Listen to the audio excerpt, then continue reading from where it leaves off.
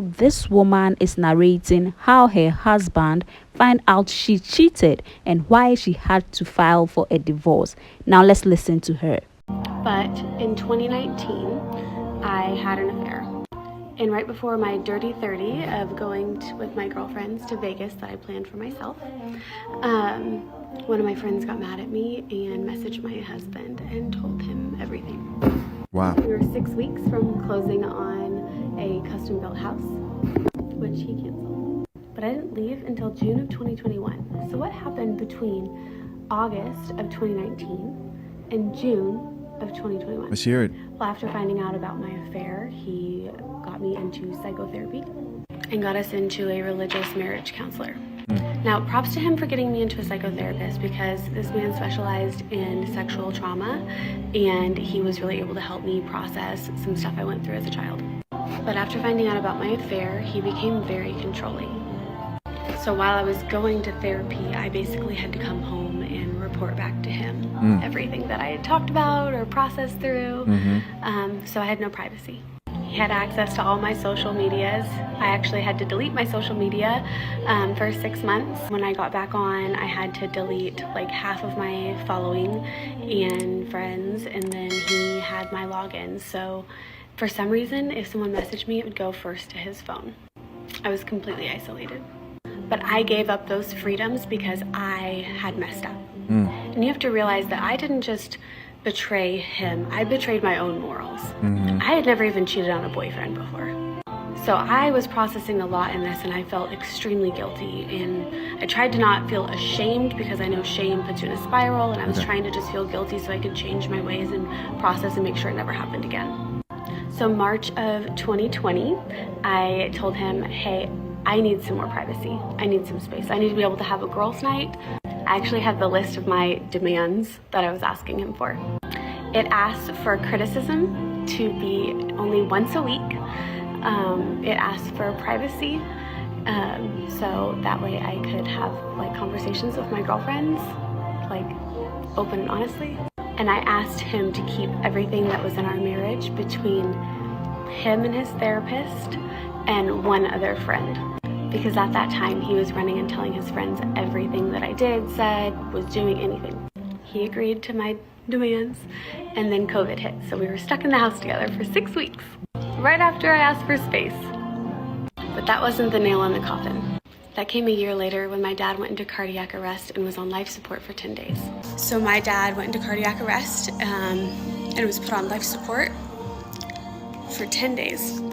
The day it happened, my ex was very supportive. He came to the hospital and sat with us as a family. But day 2 is different. Day 2, he told me that he was struggling. By he, I mean my ex. Now, I thought when he said he was struggling, he meant about my dad being on life support. So I said, it's okay, like, oh, I can be your rock today. I'm feeling a little bit stronger, like, we can do this. And he said, no, he was struggling because I wasn't focused on our marriage. So he talked about flying to Houston to go be with his family. Mind you, my brother that lives in Houston and my brother that lives in Seattle were on their way with their wives and their kids in tow because my dad is on life support. Meanwhile, my husband's talking about leaving. Now listen, every marriage has its problems. But when you're going through your hardest thing you've ever had to go through in your life, the one person that should be there for you no matter what is your spouse. He didn't end up going to Houston, but he did go hang out with friends after work because he needed support. Because while I was sitting next to my dad, holding his hand,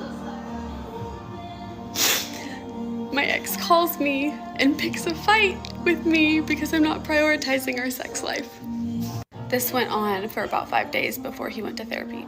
After that, he realized that this is a crisis situation and that his needs are on the back burner. And he wanted to be sweet and supportive to me. But physical touch, now that I found out, is my love language. And I felt betrayed by this man, so I didn't want to touch him. Now mind you, at this time, I did not realize that physical touch was my love language. All I knew is that I didn't want to hug him, I didn't want him to be there for me. Because when I was falling, you didn't catch me, you were not there. But now you want to come in, F off. So then he told me that I was being emotionally abusive by withholding physical touch. To at which point I Googled it. and went to him and apologized. Because I was never trying to hurt him. I was just hurting and didn't feel safe. Now, he may have been able to forgive me for having an affair. And I may be able to forgive him for not being there for me when my dad was on life support. But I don't trust him. I did not feel emotionally safe anymore.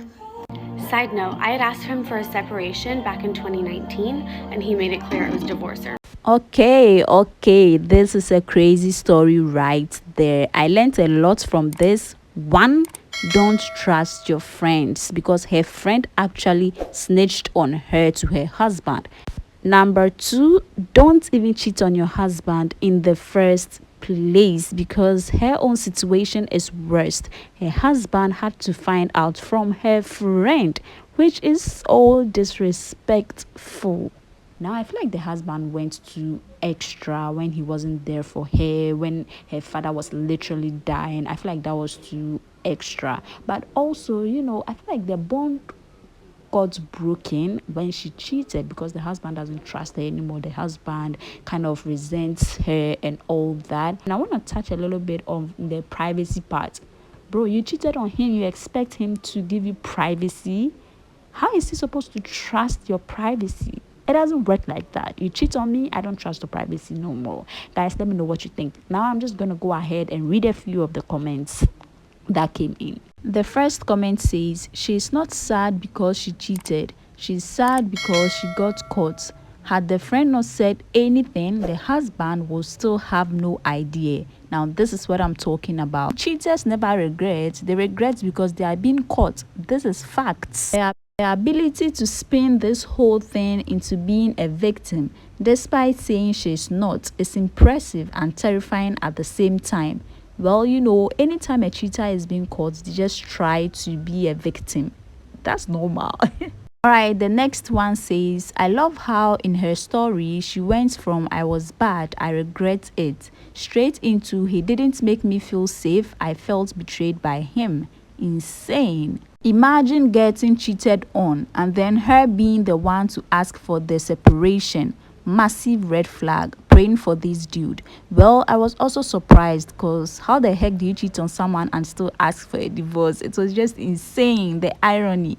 You don't cheat because your needs aren't getting met. You cheat because you lack self-control, self-respect, and maturity. Well, I agree with this comment 100%. And now our last comment says, so glad there are good women like your friend in the world.